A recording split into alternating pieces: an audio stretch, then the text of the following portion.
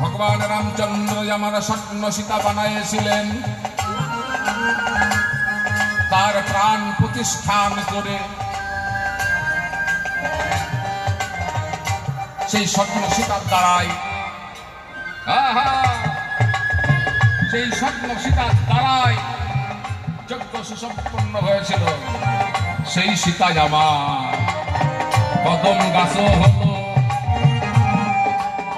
ভগবান কৃষ্ণ তাহাই আমার ডাক জানতে পারল।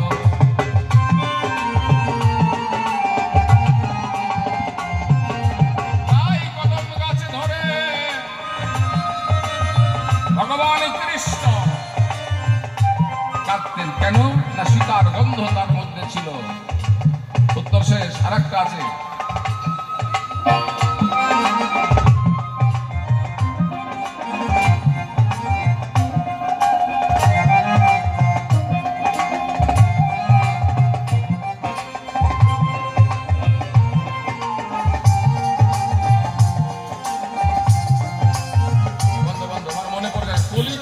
প্রশ্ন করলো আপনাদের মনে আছে? কলির একটা প্রশ্ন করেছে, হ্যাঁ, বাঁশি।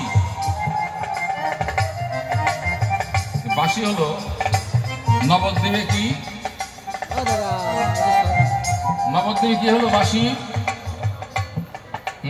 বন্ধ বন্ধ বন্ধ। হ্যাঁ বল পাগলি বল। ঠিক ঠিক, বাঁশি হলো খোল। কি বললাম? তিরিগিরে তিরিগিরে বাজায় না? কি বাজায় তো না বাজায় না? হ্যাঁ, বাঁশি হলো খোল। এর নাম কেন খোল হলো? নাম কেন খোল হলো? চৈতন্য মহাপ্রভু বললেন, ওরে আমার কলি হত জীব,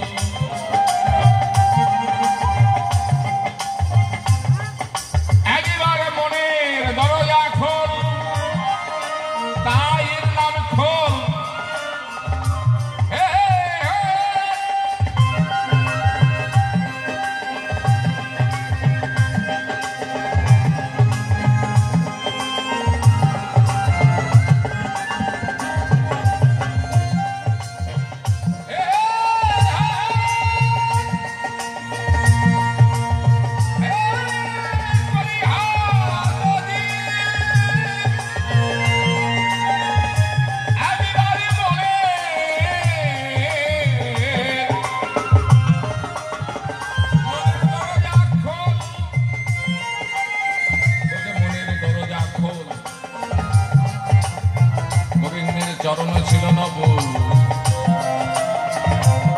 তাই যে হলো করতাল, তাই যে হলো করতাল। বলে আছে তালে তালে করতে বলে যে ভজন জানে, বুঝতে পারলাম ও সাধন ভজন জানে, বলছে তালে তালে করো। আহা, বেশ ভালো বলেছ।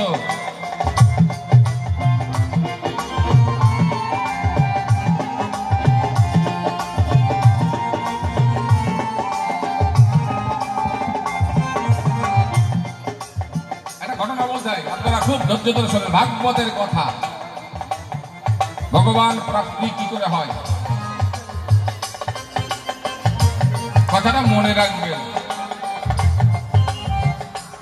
আর আমি যে কথাগুলো আবার একটু আলোচনা করবো, যারা চলে যাচ্ছে তারা বিরাট ভুল করছে, কিন্তু একটা অমূল্য সম্পদ কথা আলোচনা করব, সংসারের কথা বলবো। যাদের সংসারে অভাব অনটন আছে, অভাব অনটন দূর হবে এমন একটা তত্ত্ব বলে যাবা, সে মরে তো যাবই, জন্মের মরা, কদিন আর বাঁচব নে, হয়ে যায়।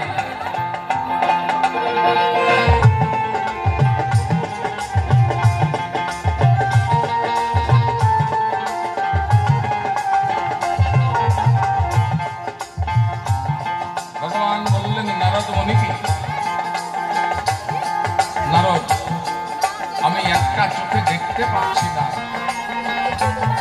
আমি কানা হয়ে গেলাম, আমি কানা হয়ে গেলাম। দেখুন একটা কেউ চোখ দান করে কেন? নারদ মুনি একটা থালা নিয়ে স্বর্গধামে চলে গেলেন।